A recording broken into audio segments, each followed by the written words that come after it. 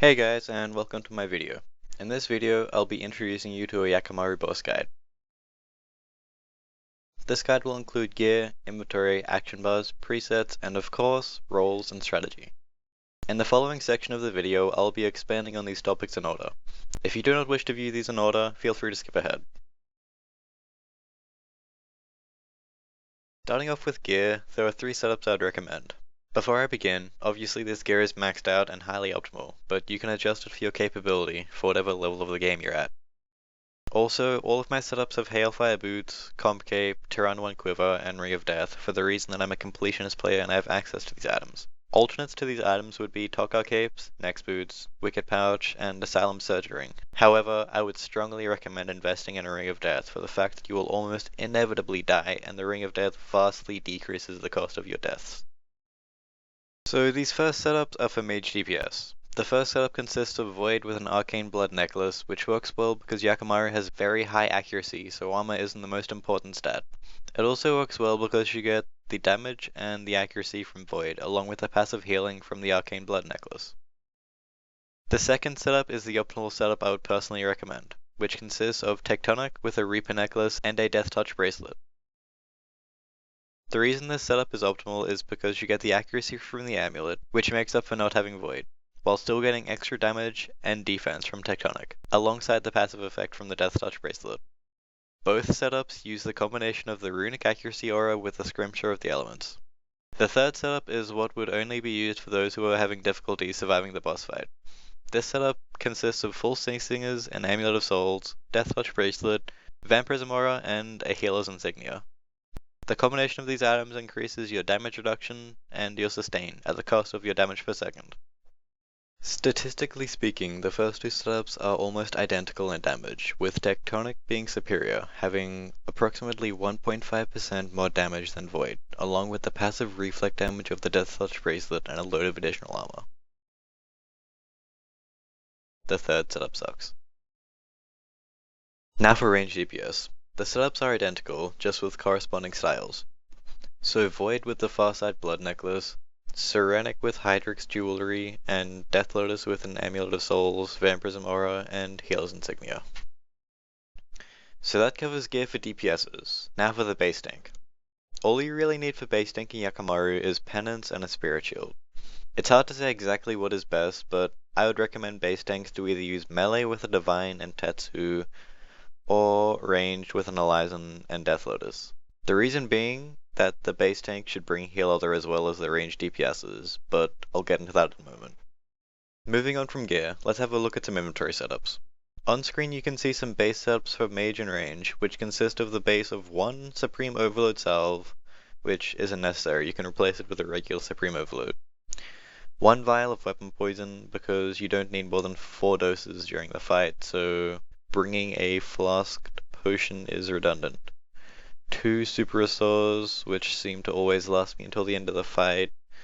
2 replenishment potions, because if you're constantly DPSing, 1 isn't really enough.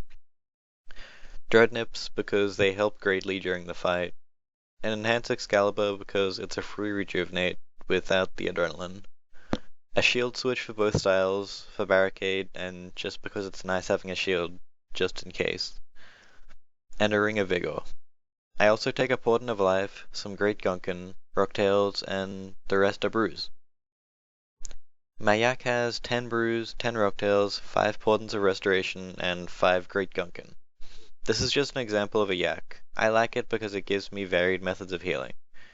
You could also just take 15 brews, 15 Rocktails, or 20 Rocktails, 10 brews, 20 brews, 10 Rocktail. It doesn't really matter.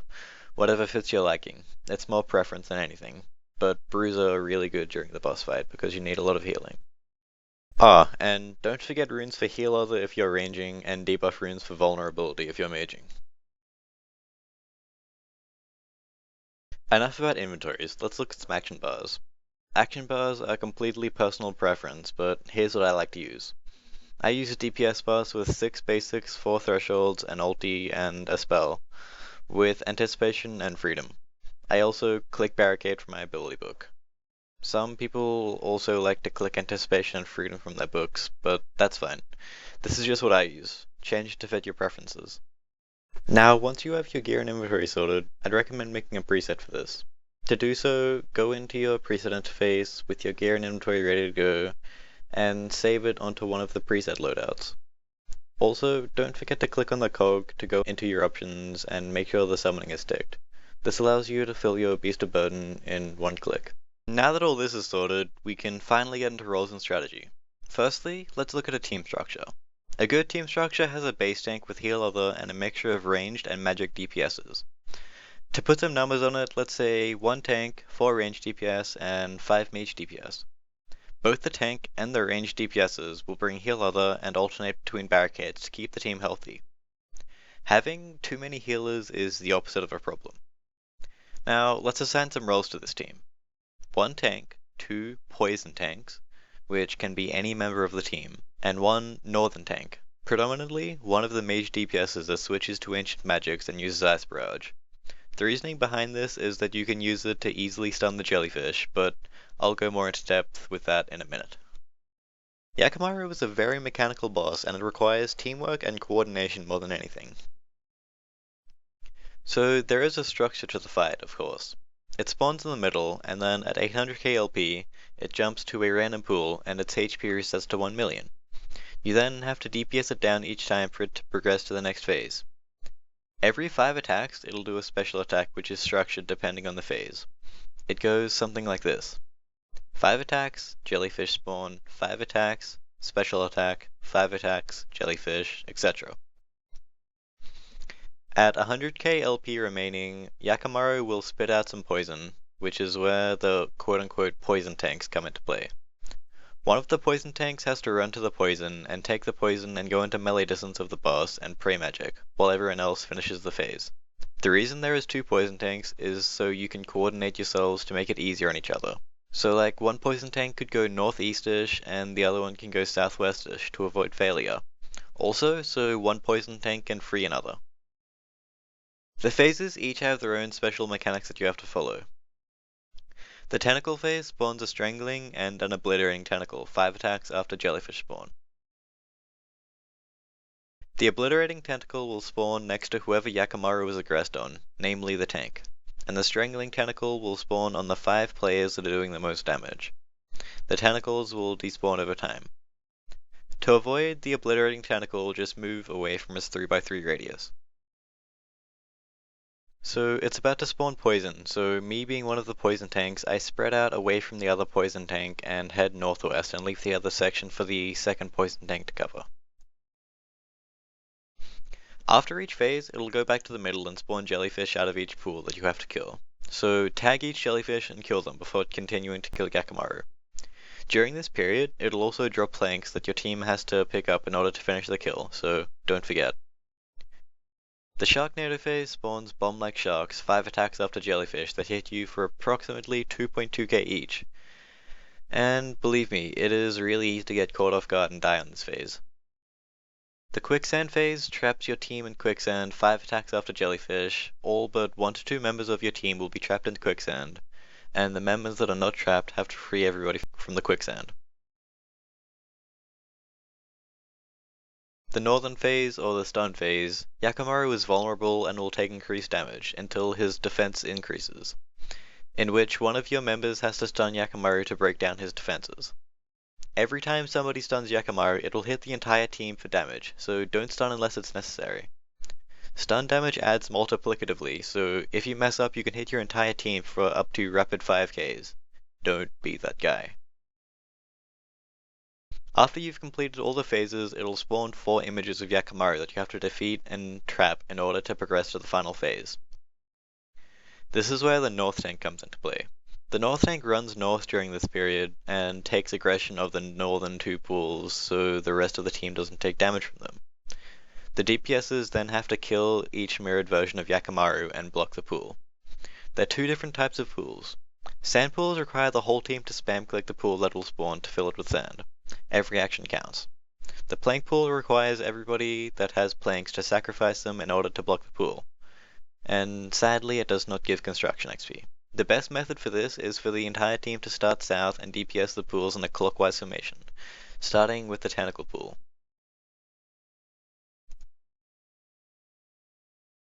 After you have defeated all 4 mirrored versions of Yakamaru, it will spawn back in the middle with 50k HP, in which instance you just DPS it and finish it off.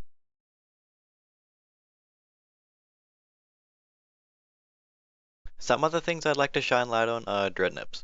Dreadnips may be subject to change, but currently if there are enough Dreadnips, their attacks will stall out Yakamaru's attacks, which in turn makes you along with your entire team take reduced damage.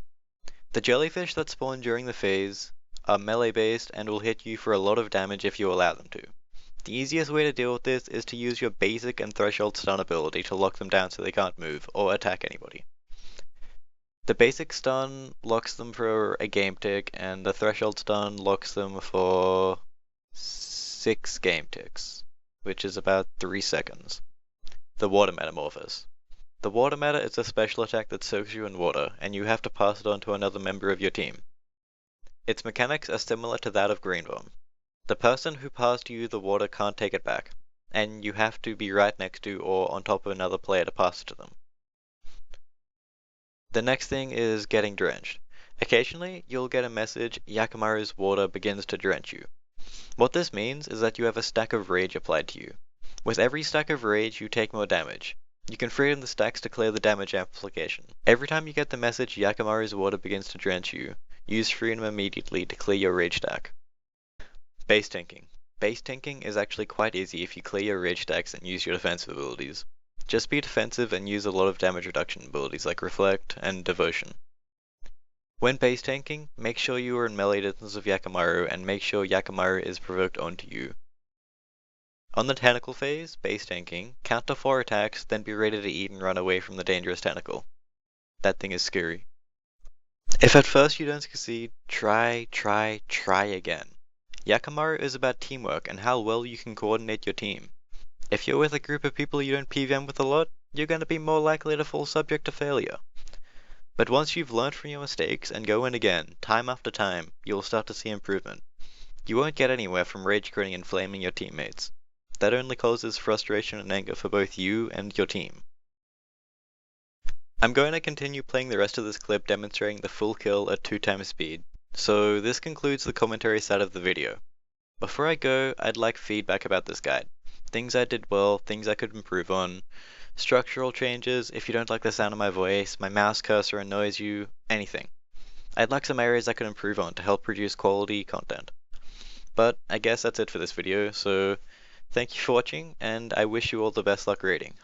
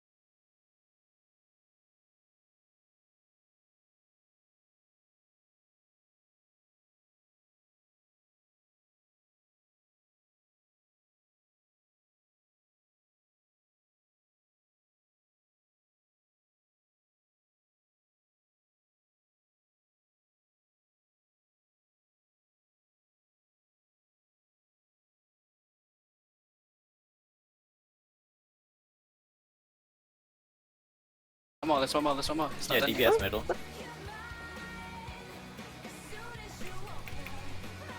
That's it. Good job, guys. Okay, be ready to block. Be ready. Block, block, block. Grats. Oh, it's done. 15:25. Yes! Got a new Oh rank. my god, we actually done it. Oh my god. Oh, And it's jellyfish. Everyone oh, loot. my Grats on Okay. gun, guys.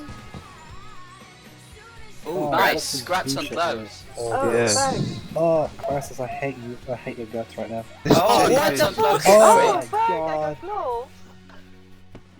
I don't like you guys. Nice.